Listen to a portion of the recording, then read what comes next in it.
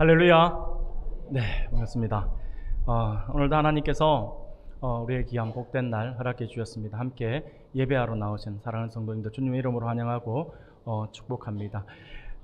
우리가 늘 생각하다 보면 늘 일상생활에 많이 우리가 젖어 있다 보니까 주일 되면 그냥 와서 예배한다, 뭐 이렇게 큰 감흥이 많이 떨어지지만 우리가 가만히 하루하루를 생각해 보면 하루하루가 하나님의 은혜이고 하루하루가 오늘 말고는 다시 돌아오지 않는 날들이다 라고 하는 것들이 인식되어진다라고 한다면 우리에게 하루의 삶이 얼마나 귀하고 주일에 함께 모여 예배함이 우리에게 얼마나 큰 은혜가 되는지, 하나님의 얼마나 큰 또 사랑하심에 관련된 것인지, 우리가 인간의 어떤 연약함을 우리가 돌아보면서 보면요, 오늘도 이렇게 함께 앉아서 예배하는 자체가 기적이라고도 할 수가 있겠죠.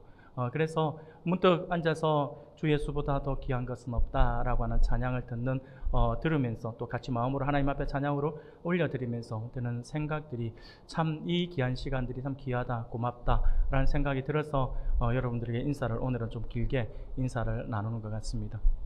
여하튼 한 분도 빠짐없이 다시는 오지 않는 이 귀한 시간들을 귀하게 여기서 우리가 오늘도 하나님께서 허락하시는 풍성한 은혜들을 우리 모두가 다 받아 누리는 복된 시간이 되기를 소원합니다.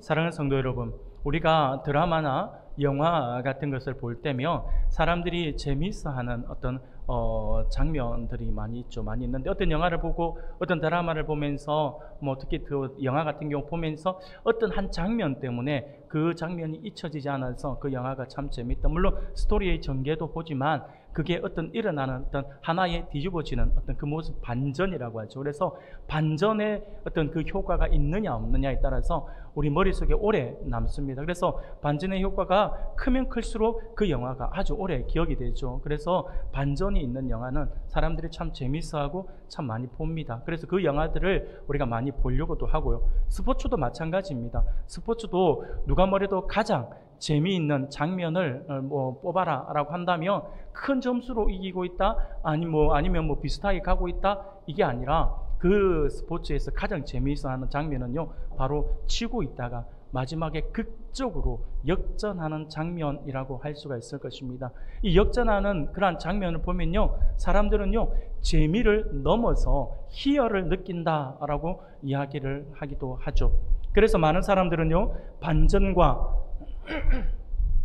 반전과 역전을 기대할 때에 결코 중도에 포기하지 않는 것을 보게 됩니다. 특히 스포츠 같은 경우는요, 내가 역전할 수 있다, 우리 팀이 역전할 수 있다라고 하는 확신이 있는 사람은요, 절대로 이렇게 포기하지 않아요. 절대 포기하지 않고 끊임없이 우리가 덤벼들어서 결국 그 역전을 이루어내는 모습을 보게 됩니다. 사랑하는 여러분, 그렇습니다. 우리가 영화를 볼 때의 반전이나 아니면 스포츠 경기를 볼 때의 역전 같은 것은 많은 사람들로 하여금 희열을 느끼게 할 정도로 굉장히 중요한 요소라고 할 수가 있을 것입니다. 그런 의미에서 오늘 우리 교회는요, 이제 8월 14일부터 16일까지 이렇게 3일 동안 역전이라고 하는 주제로 전교인 수련회를 가지고자 합니다. 네, 바로 저겁니다. 전교인 수련회를 가지고자 합니다. 특별히 이번 수련회는요, 사사기의 삼손 스토리를 우리가 함께 살펴보고자 합니다. 굴곡 많았던 삼손의 삶을 통해서 역사하시고 마지막에 대역전으로 승리하게 하심으로 히브리서 11장의 믿음의 선조들의 그 반열에 오르게 하신 그 하나님의 은혜를 우리가 함께 살펴보면서 은혜를 나누고자 합니다. 그런데 사실 삼손 스토리는요, 짧은 스토리가 아닙니다. 이게 생각보다 긴 스토리예요. 그러다 보니까 우리가 수련회 기간 동안 2박 3일의 기간 동안 이 내용을 다 다룰 수는 없습니다.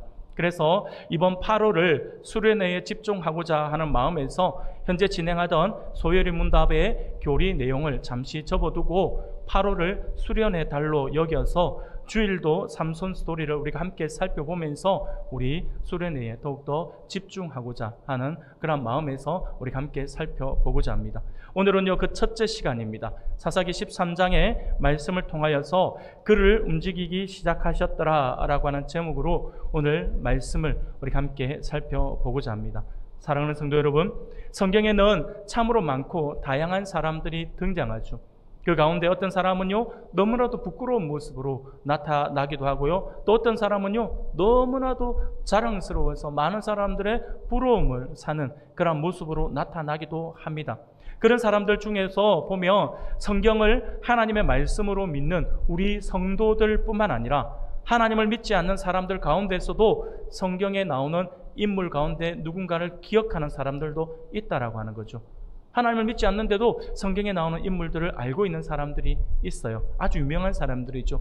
대표적인 사람을 들으라 한다면 아마도 우리가 믿고 있고 우리가 알고 있는 첫 사람 아담일 것입니다. 아담과 하와는 사람들이 믿지 않아도, 하나님을 믿지 않아도 그 이름의 존재를 알고 있습니다.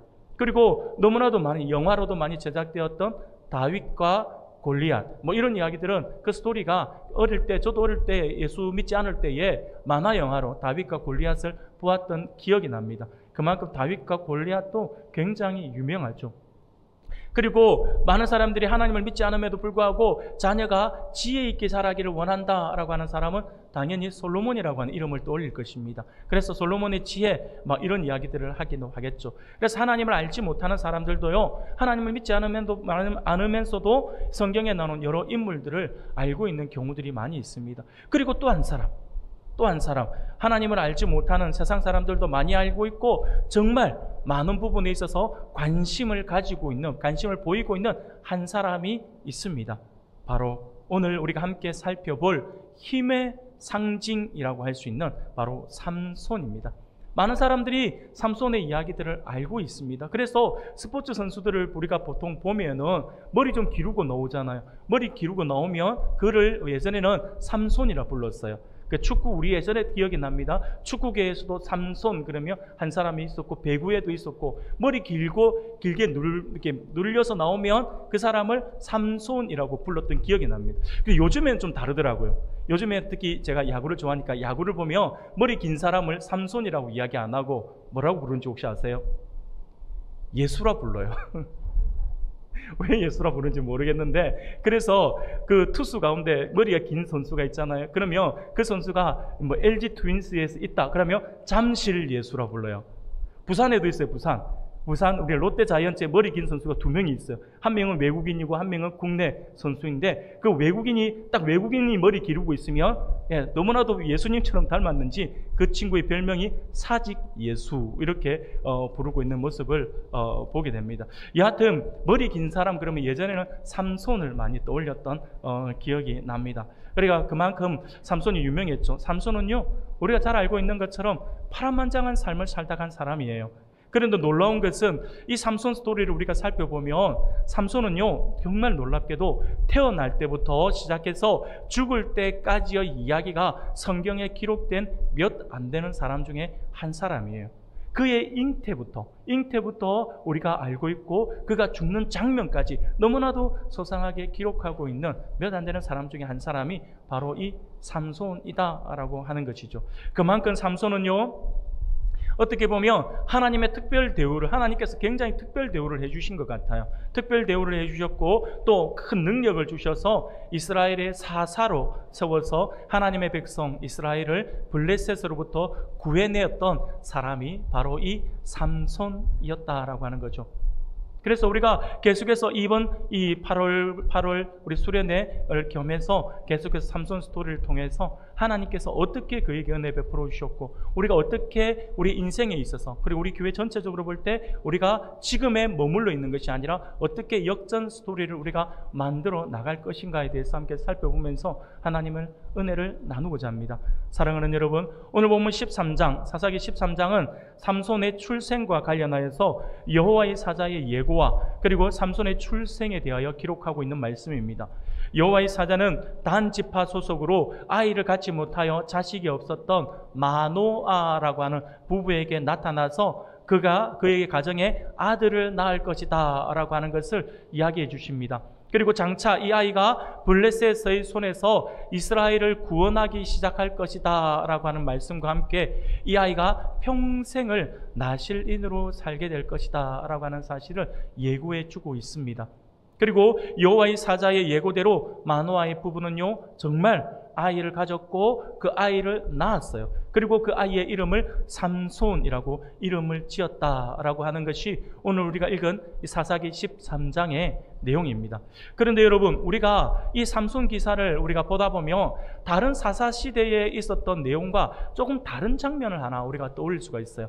사사기 13장의 말씀을 보면서 뭔가 우리가 생소하다, 성경을 읽으시는 분들은 이 부분은 뭔가 좀 생소하다라는 생각이 들어지는 장면이 하나가 있습니다. 그게 뭐냐면요, 사사기를 볼 때 우리가 항상 기억하죠. 사사기 그러면 항상 여러분들이 딱 떠올리는 거, 수레바퀴와 같은 그런 죄의 악순환, 그것이 계속 패턴이 반복되고 있다라고 하는 그 사실을 우리가 다 기억하고 있을 겁니다.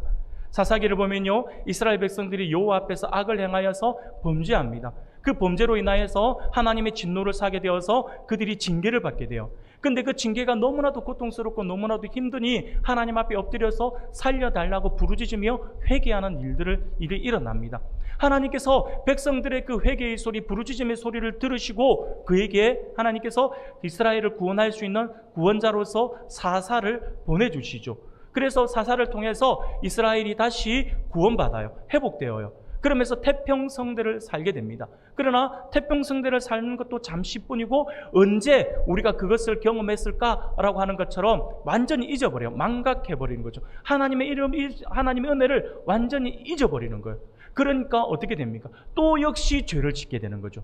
또 죄를 지으니까 하나님의 또 진노를 싸서 징계를 받게 되고 그들은 또 부르짖으면 하나님께서 구원자를 보내주시고 구원해주시면 그들이 잊어버리고 또 망각해서 또 죄를 저지르고 다람쥐 쳇바퀴 돌듯이 계속해서 그 패턴이, 악의 패턴이 계속해서 반복되는 것이 사사기의 내용입니다. 그런데 이 삼손 기사를 보면요, 당시에 이스라엘 백성들에게 있어서 이 악의 순환의 그 패턴 중에 한 가지가 빠져 있어요.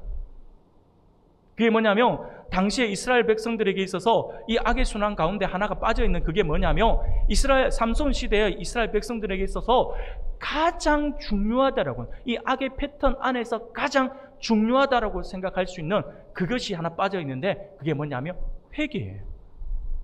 회개의 장면이 빠져있어요. 삼손 시대에는 이스라엘 백성들이 하나님 앞에 부르짖지를 않습니다. 우리가 한번 살펴볼까요? 앞에 말씀을 우리가 살펴볼 필요가 있어요. 첫 사사죠. 첫 사사 온니엘의 기사를 보면 이렇게 말씀을 해요. 사사기 3장 7절에 보니까 이렇게 이야기를 해요. 우리가 같이 한번 읽어볼까요? 같이 읽겠습니다. 시작. 이스라엘 자손이 여호와를 잊어버리고 바알들과 아세라들을 섬긴지라. 8절에 보니까요, 여호와께서 이스라엘에게 진노하사 그들을 메소포타미아 왕 부산 리사다임의 손에 파셨으므로 이스라엘 자손이 부산 리사다임을 8년 동안 섬겼더니 9절에 이스라엘 자손이 여호와께 어떻게 했다고요? 부르짖음에라고 해요. 이스라엘 자손이 여호와께 부르짖음에 여호와께서 이스라엘 자손을 위하여 한 구원자를 세워 그들을 구원하게 하시니 그는 곧 갈렙의 아우 그나스의 아들 온니엘이다 라고 말씀을 해요. 이게 첫 사사 온니엘의 사건이에요. 장면이에요. 두 번째 보면 에호스의 기사를 봐도 이렇게 이야기를 하죠. 사사기 3장 12절에 보면 이스라엘 자손이 또 여호와의 목전에 악을 행하니라 라고 말씀을 합니다. 그러면서 14절에 보면 모압 왕 에글론을 18배 동안 섬기니라 라고 말씀을 해요. 그러면서 15절에 뭐라고 이야기합니까? 15절 우리가 줄쳐 있는 부분만 우리가 같이 읽겠습니다. 시작. 이스라엘 자손이 여호와께 부르짖으매라고 말씀을 하고 있죠. 여호와께서 그들을 위하여 한 구원자를 세우셨으니 그는 곧 베냐민 사람 게라의 아들 왼손잡이 에훗이라라고 말씀을 합니다. 드보라의 기사를 볼까요? 여사사죠. 여사사 드보라를 보면요, 사사기 4장 1절이에요. 4장 1절 같이 읽겠습니다. 시작. 에훗이 죽으니 이스라엘 자손이 또 여호와의 목전에 악을 행하매. 계속해서 반복되고 있어요. 그래서 하나님께서 가나안 왕 야빈을 그에게 보내요. 그러면서 치게 만듭니다. 3절, 4장 3절 보면 야빈 왕은 철병거 900대가 있어 20년 동안 이스라엘 자손을 심히 학대함으로 이스라엘 자손이 여호와께 부르짖었더라 라고 말씀을 하죠. 기드온을 볼까요? 기드온 6장 1절에 보면 사사기 6장 1절을 보면 기드온 사사 시대도 이렇게 이야기합니다. 이스라엘 자손이 또 여호와의 목전에 악을 행하였으므로 여호와께서 7년 동안 그들을 미디안의 손에 넘겨주시니라고 말씀을 합니다. 그리고 6절 말씀을 보면 사사기 6장 6절을 보면 이스라엘이 미디안으로 말미암아 궁핍함이 심한지라 이에 이스라엘 자손이 여호와께 부르짖었더라라고 말씀을 합니다. 이 다음에 제가 기회가 되면 이 기드온 시대의 사건들에 대해서 말씀을 함께 나누겠지만요.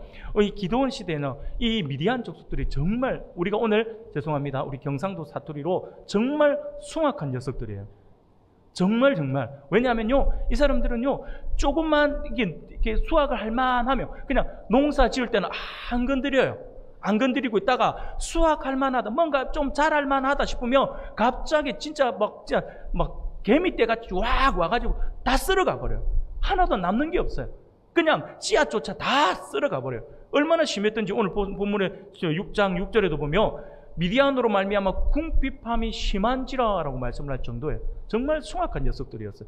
먹고 살 수가 없는 그 지경에까지 이르러. 그런데 하나님 앞에 부르짖었다라고 하는 거죠. 그러니 하나님께서 그 소리를 들으신 거예요. 사사 입다를 봐도요 사사기 10장 6절에 보면 이스라엘 자손이 다시 여호와의 목전에 악을 행하여 라고 말씀을 하는데 더 심각해요. 어느 정도로 심각하냐면 그냥 단순한 악을 행한 것이 아니라 바알들과 아스다롯과 아람의 신들과 시돈의 신들과 모압의 신들과 암몬 자손의 신들과 블레셋 사람의 신들을 섬기고라고요. 한두 우상을 섬긴 게 아니라 지금 옆에 주변에 있는 우상대로 다 섬기고 있어요. 그러면서 여호와를 버리고 그를 섬기지 아니함으로라고 하죠. 그래서 하나님께서 7절에 보면 블레셋 사람의 손과 암몬 사람의 손에 그들을 파셨다라고 말씀을 해요. 그러자 그들이 그렇게 고통받으니까 10장 10절에 이스라엘 자손이 여호와께 부르짖어 이르되 우리가 우리 하나님을 버리고 바알들을 섬김으로 주께 범죄하였나이다 라고 하죠. 부르짖으며 회개하는 일들이 끊임없이 있었어요. 하나님께서는 지속적으로 반복되는 이스라엘의 범죄에도 불구하고 그들이 하나님께 외쳐 간구하기만 하면 그들의 소리를 들으시고 그들의 구원자를 세워주셨다라고 하는 사실을 우리가 볼 수가 있습니다. 그런데 오늘 우리가 살펴본 이 삼손 시대의 기사는 이와는 달라요. 이스라엘의 회개 과정이 빠져있다라고 하는 것입니다. 삼손이 태어날 시기의 이스라엘은 블레셋에게 40년간의 압제를 받으면서도 여호와께 구원을 호소하며 부르짖을 힘조차 잊어버렸을 정도로 그들의 영적 상태가 극도로 어두웠다라고 하는 사실을 보여주고 있는 부분입니다. 이 시대의 이스라엘 백성들은요 단순히 영적으로 어두웠다라고 하는 표현으로는 약합니다. 그들은요 영적으로 어두움 정도가 아니라 완전히 영적 소경이 되어 있었던 사람들이었다라고 해도 과언은 아닐 것입니다. 사랑하는 여러분, 그러면 제가 감히 그 당시에 이스라엘 백성들을 향하여 영적 소경이 되었다라고 이렇게 말씀을 드리잖아요. 그러면 영적 소경이 되어버렸다라고 하는 걸 어떻게 알 수 있을까요? 단순히 그들이 부르짖지 않았다라고 하는 이 장면 하나 때문에 제가 그렇게 말씀을 드리는 것일까요? 아닙니다. 오늘 본문 안에서 너무나도 잘 나타나 있는 장면이 있습니다. 그게 뭐냐면요, 오늘 우리는 본문은 앞부분과 뒷부분만 읽었지만 가운데 부분에서 삼손을 하나님께서 잉태할 것이다라고 하는 이야기하면서 이 마노아 부부가 여호와의 사자를 만나는 장면을 우리가 기록한 것을 보게 되는데 우리 이 장면을 보면 우리가 잘 알 수가 있어요. 하나님의 백성이면서도 하나님을 알아보지 못하는 하나님의 백성의 모습이 나타나고 있다라고 하는 거예요. 하나님을 알아보지 못하는 이스라엘의 그 백성들의 그 모습을 지금 마노아라고 하는 이 한 사람으로 대변해 주고 있다라고 하는 것이죠. 오늘 본문 6절을 우리 같이 한번 읽어볼까요? 6절입니다. 같이 읽겠습니다. 시작. 이에 그 여인이 가서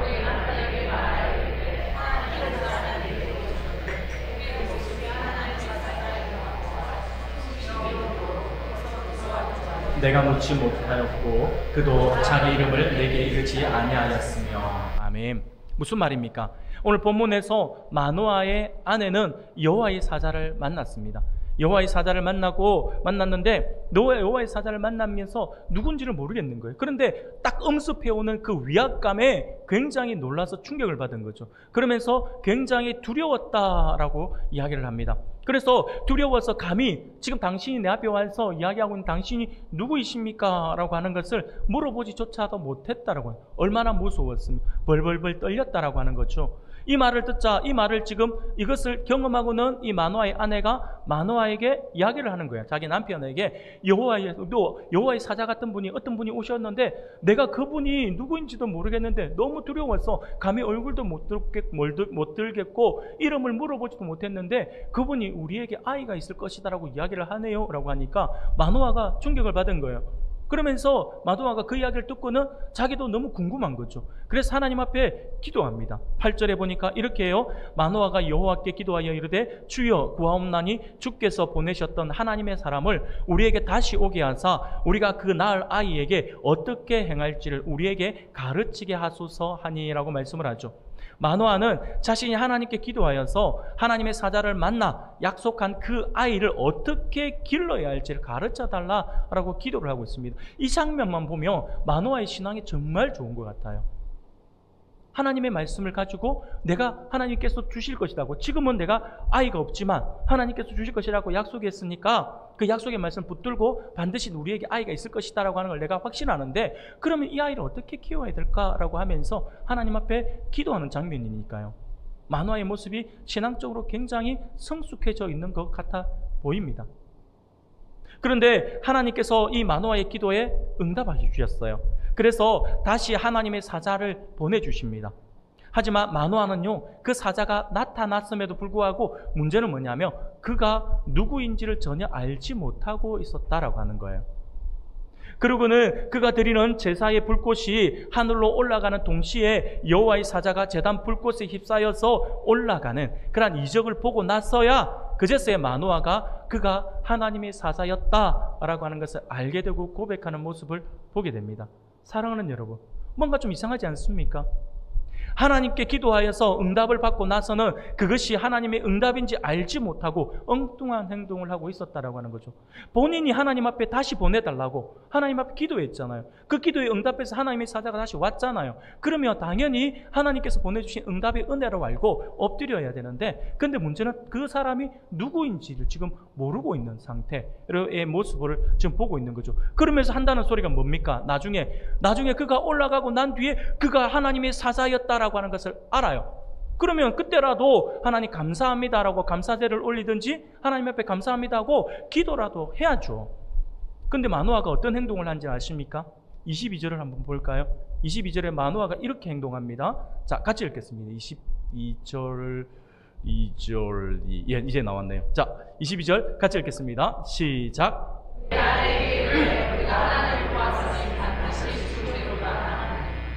사랑하는 여러분, 이게 좀 어떤 장면인지 여러분들이 좀 한번 생각 들으셨습니까? 지금 어떤 장면일 것 같아요?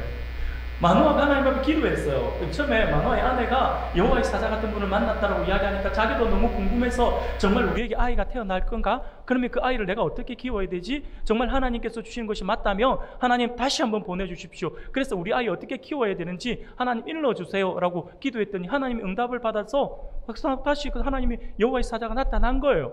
나타나가지고 이런저런 이야기하고 제사도 하고 말 것 다 해요. 마치 하나님이 사자를 대하는 것처럼. 근데 이 마음의 안에는 이분이 진짜 그분이 맞나? 라고 하는 의심을 가지고 있었던 거죠. 그런데 그 여호와의 사자가 이제 올라가고 난 뒤에 순간 진짜 여호와의 사자였다 라고 하는 거죠.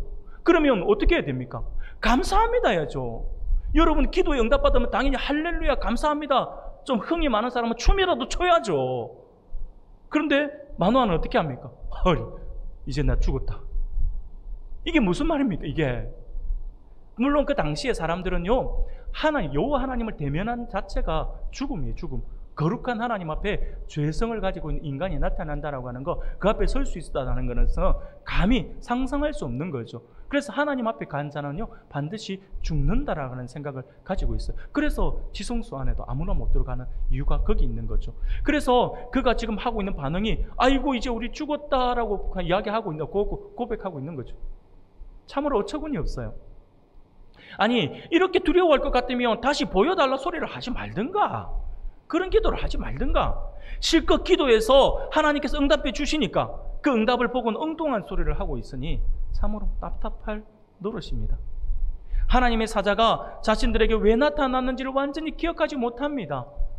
그가 기도해가지고 응답으로 하나님께 내가 어떻게 아이를 키워야 되는지 일러달라고. 그럼 당연히 하나님이 사자가 왔으면 우리 아이를 어떻게 키워야 할 것인지 말씀해 주시러 오셨구나. 그럼 이 말씀은 무슨 말이에요? 나에게 나의 허물을 하나님께서 책 잡아서 짓고짓기 위해서 정지하기 위해서 오신 것이 아니라 아이에 대한 그 길을 보여주기 위해서 오신 거잖아요. 그런데 엉뚱한 생각, 하나님께서 왜 오셨는지, 그가 기도한 응답으로 오셨다라고 하는 걸 완전히 잊어버리고 하나님을 그냥 두려움의 존재, 무서움의 존재로만 생각하려고 자신의 죄악 때문에 죽을 것이다 라고 이렇게 이야기하고 있는 장면을 보게 됩니다. 참으로 안타깝죠. 그런데 그나마 놀랍고 그나마 이 가정에 은혜가 임하는 것은요, 이렇게 두려움 속에 신앙을 바르게 가지 못하고 영적으로 어두워져 있는 이 가정 안에 그나마 영적으로 조금이라도 끼어있는 아내가 있어서 다행입니다. 마누아의 아내는요, 그와는 전혀 다른 반응을 합니다. 23절이에요. 23절 우리 같이 한번 읽어볼까요? 같이 읽겠습니다. 시작. 그의 아내가 그에게 이르되 여호와께서 우리를 죽이려 하셨더라며 우리 손에서 번제와 소제를 받지 아니하셨을 것이요 이 모든 일을 보이지 아니하셨을 것이며 이제 이런 말씀도 우리에게 이르지 아니하셨으리이다. 아멘. 사랑하는 여러분, 굉장히 지혜롭고 얼마나 신앙이 뛰어납니까? 물론 제가 지금 남성을 폄하하는 것은 아닙니다. 저도 남자이기 때문에 좀 폄하하고 싶은 마음은 없습니다. 우리 한국 교회만 보더라도, 우리가 역사적으로 한국 교회 장면을 보더라도 죄송하지만 남성보다 여성분이 신앙이 더 우수함을 보게 됩니다. 순간 아멘이라고 하셨는데 제가 어떻게 반응을 해야 될지 그 믿음이 더욱더 커질 줄 믿습니다. 사랑하는 여러분, 물론 우리 교회는 남성분, 여성분 상관없이 모두가 신앙이 우수하고 또 더욱더 성숙되어지리라 믿어요. 하지만 우리가 전체적으로 보면 교회 안에 남성이 여성보다 작은 이유가 바로 그 신앙의 어떤 그런 부분들이 있어요. 여성들의 신앙이 더 간절하고 더 뛰어나요. 그렇기 때문에 우리가 또 교회 안에 여성들이 많고 남성들이 작은 부분들도 그 부분을 우리가 대변해 준다라고도 할 수 있을 것 같은데, 여하튼 지금 마누아의 아내는요 정말 냉정했어요. 그러면서 남편은 아이고 이제 죽었다, 아이고 이제 우리가 죽었다 막 이렇게 이야기하고 있는데 남편에게 가서 위로하는 거죠. 아니라고, 하나님께서 죽일 것 같으면 벌써 우리 죽었죠. 아닙니다. 하나님께서 우리에게 어떤 것을 보여주시고자 하신 것이니까 당신은 그런 걱정 안 하셔도 돼요 라고 이야기를 하면서 위로하는 모습을 보게 됩니다. 사랑하는 성도 여러분, 지금 이스라엘 백성들이 어느 정도로 영적으로 어두운 삶을 살고 있었는지를 우리가 분명히 알아야 합니다. 이것을 우리는요 마누아의 모습을 통해서도 알 수 있고요, 앞서 서두에 말씀을 드린 것처럼 전체 삼손 이야기의 서론이 될 수 있는 부분, 오늘 본문에서도 우리가 다른 사사시대의 모습에서 볼 수 있었던 이스라엘 자손이 여호와께 부르짖었더라라고 하는 말씀이 없다라고 하는 그 사실만으로도 우리가 그것을 잘 알 수가 있다라고 하는 것이죠.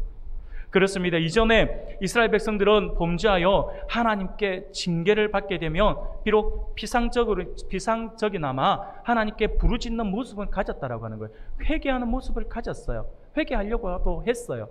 그런데 그들은요 지금에 와서는 무려 40년간이나 이방의 압제를 받으면서도 회개하고 있지 않다라고 하는, 부르짖지조차도 않고 있다라고 하는 거예요. 사랑하는 여러분, 이게 뭘 이야기해 주는지 아시겠습니까?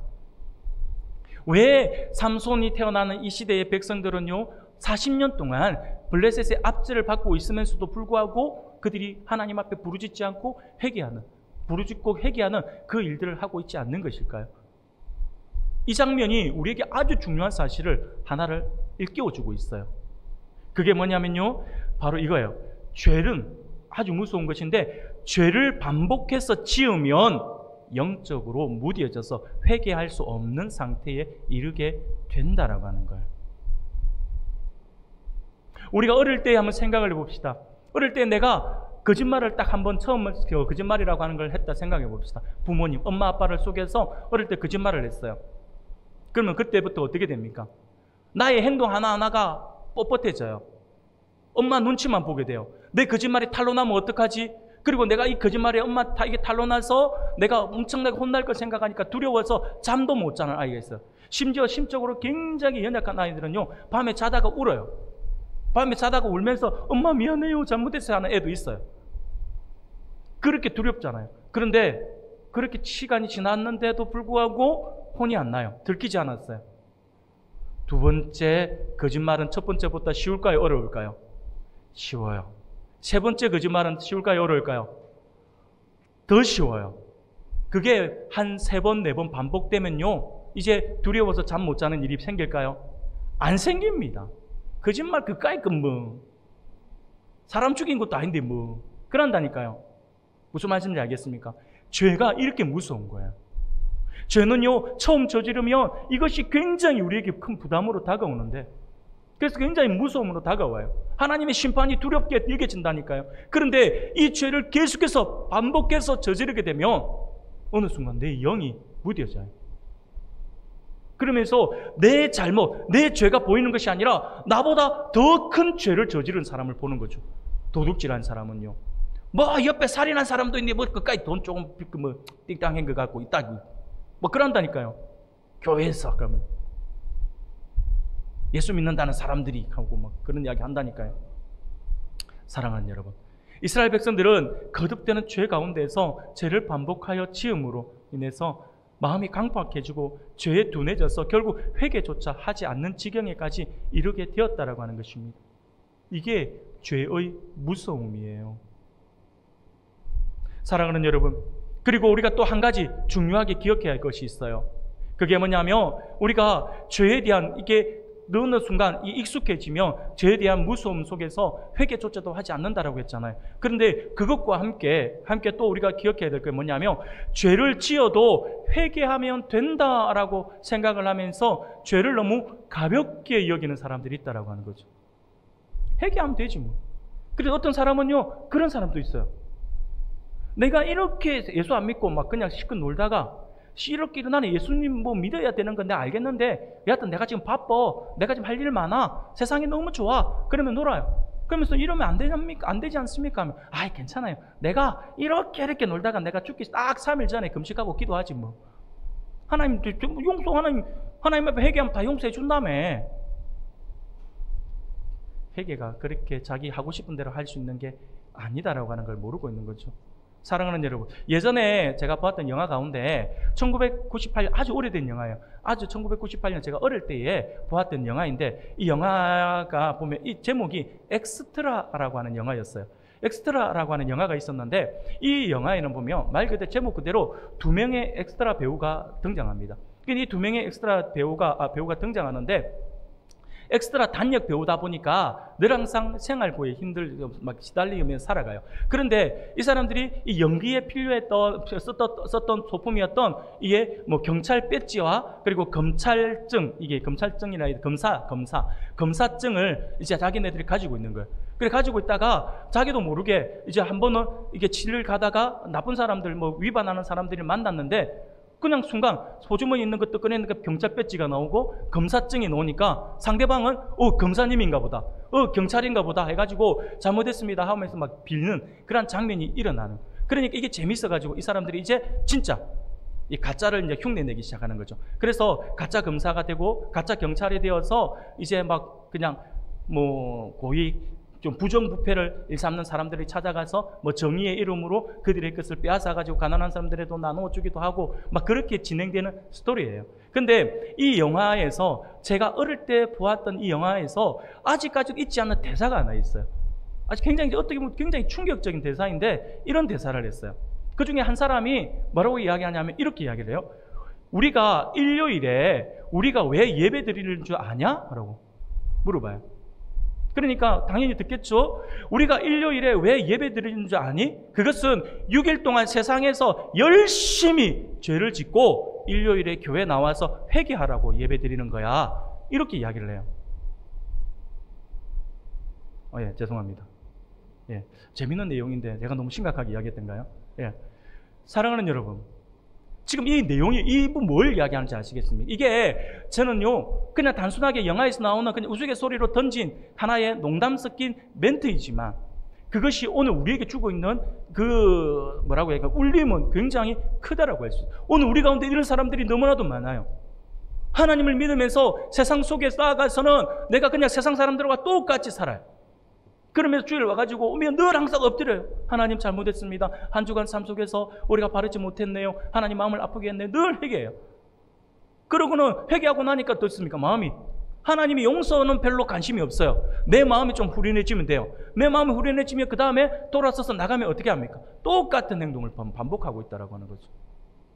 그게 오늘 우리의 모습이 아닐까라는 생각이 들어서 참 무섭다라는 생각을 해보게 됩니다. 사랑하는 여러분, 물론 우리가 죄를 짓고 회개하면 하나님께서 죄를 용서해 주시는 것은 사실입니다. 그러나 문제는 우리가 항상 죄를 짓고 회개할 수 있는 마음의 상태가 유지되느냐라고 하는 거예요. 처음에 죄를 저지르면요, 이걸 내가 돌이켜야지. 다시는 이 위험 속에서 내가 잘못을 해서 그 위기 상황에 빠지면 우리는 어떻게 합니까? 늘 기도하잖아요. 기도하면서 이 위기 상황만 넘겨주면 하나님, 제가 정말 제대로 살겠습니다, 바르게 살겠습니다, 막 그런 이야기 하잖아요. 근데 그 다음에 똑같은 일이 벌어지면 여전히 똑같은 모습을 보여요. 한 그것이 몇 번 반복되면 회개조차도 하지 않아요. 회개할 마음이 안 생긴다니까요. 그래서 회개의 상태, 마음이 그게 유지되는 게 아니래요. 죄가 계속 저지르며 그 자체를 잊어버리게 만든다라고 하는 거죠. 죄는 우리로 하여금 영적으로 무뎌지게 합니다. 반복되는 죄는 그 죄의 심각성을 잊게 해서 진정한 회개 자체가 어려워지게 만든다라고 하는 사실을 우리가 잊어서는 안 될 것입니다. 그 결과는 하나뿐이에요. 바로 사망이죠. 우리가 죄로 인하여 영적으로 무뎌져 있어서 하나님 앞에서 회개하지도 못하는 상황에 놓이게 되면 우리를 기다리고 있는 것은 딱 하나밖에 없어요. 영원한 죽음이라고 하는 것. 사랑하는 우리 성도 여러분, 지금 이스라엘 백성들이 그렇게 하고 있다라고 하는 거죠. 그런 그들에게는 더 이상의 소망이 없어요. 미래가 안 보입니다. 그저 죽음을 향해 달려가는 불나방과 같은 그런 삶을 살아가고 있을 뿐이에요. 이러한 모습은 범죄 이후 인류가 살아가는 그 처참한 모습을 그대로 반영하고 있다라고 할 수가 있을 것입니다. 사랑하는 여러분, 그런데 오늘 본문의 말씀을 보면요, 그렇게 소망 없이 살아가는 영혼들, 처참한 모습을 그대로 보여주고 있는 그들이지만 그럼에도 불구하고 오늘 본문은 우리에게 희망의 빛을 비추어주고 있다라고 하는 거예요. 희망의 빛을 보여주고 있어요. 그것은 바로 계속되는 범죄 속에서 하나님을 알지도 못하고 하나님을 찾지도 않는 백성들이지만 그럼에도 불구하고 하나님은요, 죄인을 위해 먼저 구원의 길을 예비해 주시는 분이시다라고 하는 사실을 우리에게 보여주고 있어요. 여러분, 이스라엘 백성들은 죄악에 익숙해져서 마음이 둔해진 결과 이방으로부터 압제를 받고 있음에도 불구하고 하나님을 찾을 줄도 모르는 완악함에 사로잡혀 있었습니다. 하지만 오늘 본문에서 우리는 놀라운 사실을 발견하게 되죠. 바로 하나님께서는 이스라엘이 회개하며 부르짖지 않았음에도 불구하고 그들을 기억하셔서 그들을 블레셋의 압제로부터 구원할 구원자를 그들을 위해 예비해 두셨다라고 하는 거예요. 24절 25절 보니 이렇게 말씀을 해요. 그 여인이 아들을 낳음에 그의 이름을 삼손이라 하니라. 그 아이가 자라매 여호와께서 그에게 복을 주시더니 소라와 에스다올 사이 마하네단에서 여호와의 영이 그를 움직이기 시작하셨더라. 사랑하는 여러분, 하나님께서 당시 어두운 이스라엘에 한 줄기 빛을 주신 것이죠. 그 빛이 바로 구원자 삼손이었습니다. 하나님께서는 삼손을 이스라엘의 구원자로 미리 정하시고 그를 태에서부터 나실인으로 삼아 준비해 주셨습니다. 그리고 그에게 복을 주시고 하나님의 영이 함께 하심으로 그를 움직이기 시작하셨다라고 말씀을 하고 있습니다. 그렇습니다. 우리 하나님은 우리를 위해 먼저 구원의 길을 예비해 주시는 분이십니다. 그것은 우리가 먼저 하나님을 찾았기 때문이 아니에요. 또한 우리가 깨끗해서도 아니에요. 오직 하나님께서 죄인이며 원수된 우리를 사랑하셔서 먼저 우리에게 찾아오시고 불러주셔서 하나님 당신의 하나뿐인 아들을 죄인된 우리를 대신하여 십자가에 내어주사 죽게 하심으로 구원의 길을 열어주셨다라고 하는 사실을 결코 잊어서는 안 될 것입니다. 사랑하는 성도 여러분, 그리고 또 한 가지 우리가 잊어서는 안 될 아주 중요한 사실이 또 있습니다. 그것은요, 삼손 시대의 사람들이 죄악 속에서 하나님을 저버리고 하나님의 백성이라고 하면서도 하나님을 알지 못하는 삶을 살아가고 있는 그 시대에 하나님께서 나실린 삼손을 세우셔서 그들로 하여금 구원의 빛을 보게 하셨잖아요. 이처럼 오늘 우리가 사는 시대에도 그 어두움은 별반 차이가 없을 거예요. 우리가 사는 이 어두운 세상을 향해서도 하나님께서 한 줄기 빛을 주시기 위해서 오늘날 영적 나실린을 세우시기를 원하신다라고 하는 거예요.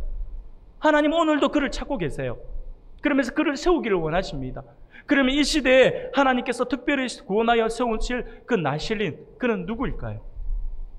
바로 하나님의 특별한 계획하심과 섭리로 택함받은 우리들이라고 하는 거죠. 바로 옆에 계신 여러분들과 여러분 옆에 계신 그분이 바로 하나님께서 우리로 하여금 세우시기를 원하시는 영적 나실인이다라고 하는 거예요. 에베소서 1장 4절 5절 말씀을 보니 이렇게 말씀을 해요. 곧 창세전에 그리스도 안에서 우리를 택하사 우리로 사랑 안에서 그 앞에 거룩하고 흠이 없게 하시려고 그 기쁘신 뜻대로 우리를 예정하사 예수 그리스도로 말미암아 자기의 아들들이 되게 하셨으니 라고 말씀을 합니다. 하나님께서 창세전에 우리를 택하셨다고 말씀을 하죠. 무엇 때문에 우리를 택하셨나요? 바로 하나님의 일을 위해서입니다. 우리가 오늘날 하나님의 특별한 계획과 섭리에 의해서 택함을 받고 구별되어진 영적 나실인이다라고 하는 사실을 결코 잊어서는 안 될 것입니다. 그러므로 우리 또한 이 땅에서 하나님의 사람들로서 세상과 당연히 구별된 삶, 세상과는 다른 삶으로 나아감으로 세상에 우리는 도전을 던져야 한다라고 하는 거죠. 세상과 똑같이 살아서는 안 됩니다. 그것이 바로 영적 나실린으로서 우리가 살아야 될 우리의 바른 모습이라고 할 수가 있습니다. 사랑하는 여러분, 우리가 잘 알고 있는 것처럼 그러면 영적 나실린으로 살기 위해서 우리가 어떻게 해야 될 것인가? 나실린의 규례를 우리가 한번 살펴볼 필요가 있겠죠. 나실린은요, 평생 동안 하지 말아야 될 것이 있습니다. 세 가지로 우리가 이야기를 하죠. 첫 번째는 포도주 및 독주를 마셔서는 안 됩니다. 술로 자기의 몸을 더럽혀서는 안 된다라고 하는 거죠. 두 번째, 죽은 시체를 만져서는 안 됩니다. 세 번째, 평생토록 머리에 삭도를 대어서는 안 됩니다. 머리 깎아서는 안 된다라고 하는, 머리 길게 늘어뜨리고 있어야 한다라고 하는 거죠. 이 규례는 나실린이라고 한다면 그 나실린으로서의 직무가 끝나기 전까지 다 지켜야 합니다. 그러면 여러분, 왜 하나님께서 그냥 나실린 그냥 택했다 이렇게 하면 끝나는데 왜 굳이 이 세 가지의 규례를 그들에게 주면서 여기에 매이는 삶을 살게 했을까요? 다름이 아니라 다른 사람들과 구별하기 위해서 그랬습니다. 구별하기 위함이에요. 하나님은요, 우리가 구별된 삶을 살아가기를 원하신다라고 하는 거예요. 하나님께서 세운 사람은 다른 사람들과 구별된 삶, 곧 성결한 삶을 살아야 한다라고 하는 것이죠. 그러면 오늘 영적 나실린된 우리들 또한 이 규례를 지켜야 합니다. 오늘날은 과거의 규례 그대로, 문자 그대로를 우리가 이해를 해서 문자 그대로 지켜야 한다라고 하는 것이 아닙니다. 이 규례의 정확한 의미를 알아야 합니다. 우리가 정확한 의미를 알아야지만 우리가 쉽게 받아들일 수가 있어요. 첫 번째, 포도주 및 독주를 마시지 말라라고 했잖아요. 포도주 및 독주를 마시지 말라라고 하는 것은 무슨 의미냐면 우리가 먹는 것으로 인해 우리 몸을 더럽혀서는 안 된다라고 하는 거예요. 오늘날로 하면 술도 거기에 포함이 될 수 있겠죠. 그러나 술이 우리에게 약으로 쓰일 수는 있어요. 그거를 이야기하는 것은 아닙니다. 술을 즐기는 것을 이야기하는 거죠. 그리고 오늘날은요, 마약도 여기에 들어갈 것이겠죠. 우리 몸을 죽이는 것. 우리가 먹는 것으로 인해 우리 몸을 더럽혀서는 안 된다라고 하는, 몸의 건강에 해로운 음식들을 찾아서 늘 이 부분은 저도 굉장히 약한 것 같아요. 그래서 제가 계속 살이 찌고 있는지 모릅니다. 우리 몸에 독소가 될 만한 그것들 우리가 즐겨서는 안 되고 역시 우리가 줄여나가야 한다고 하는 거죠. 먹는 것으로 인해서 우리 몸을 약과 더럽게 해서는 안 됩니다. 우리 몸을 유익하게 하지 못하는 것은 우리가 가까이 해서는 안 된다 그런 말씀이에요. 두 번째로 죽은 시체를 만져서는 안 된다라고 하는 말씀은 뭐냐면 자신의 몸을 항상 정결하게 해야 한다라고 하는 거예요. 더러운 것들과 함께 있어서는 안 된다. 먹는 것뿐만 아니라 내가 만나는 사람, 내가 가는 환경, 이런 것들에 더러운 것들, 추한 것, 하나님의 영광을 드러내지 못하는 장소, 이런 것들 다 꺼려야 된다라고 하는 거죠. 구별한 삶을 살아야 된다라고 하는 거예요. 세 번째로, 평생 머리에 삭도를 대어서는 안 된다. 오늘날 문자 그대로 머리 길게 늘어뜨려 다녀야 된다라고 이렇게 이야기하는 것이 아닙니다. 이것의 의미를 알아야 합니다. 머리는 우리 몸을 움직이게 하는 근원이잖아요.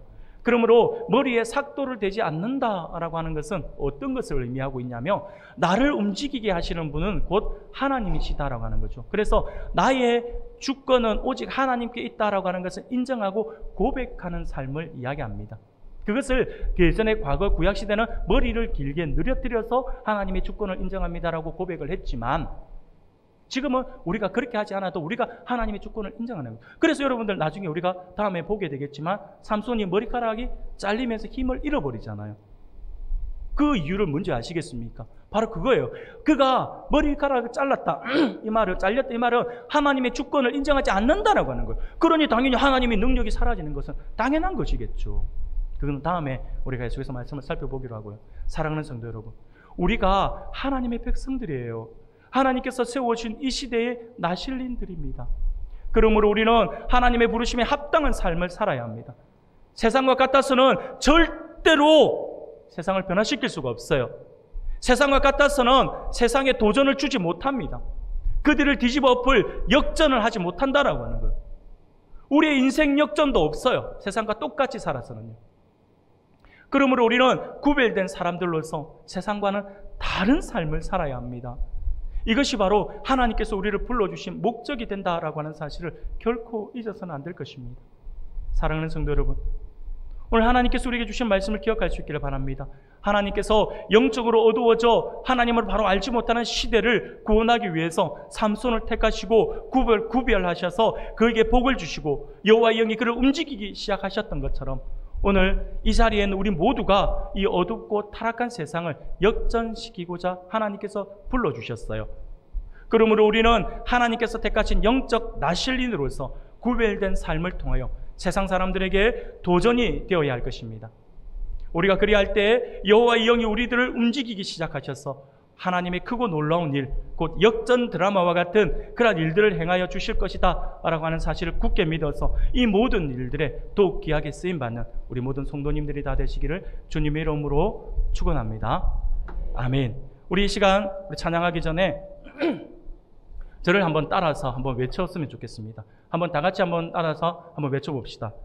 여호와의 영이 나를 움직이기 시작하셨더라. 여호와의 영이 옆에 있는 분을 향해서 당신을 움직이기 시작하셨더라. 여호와의 영이 우리를 움직이기 시작하셨더라. 할렐루야. 아멘.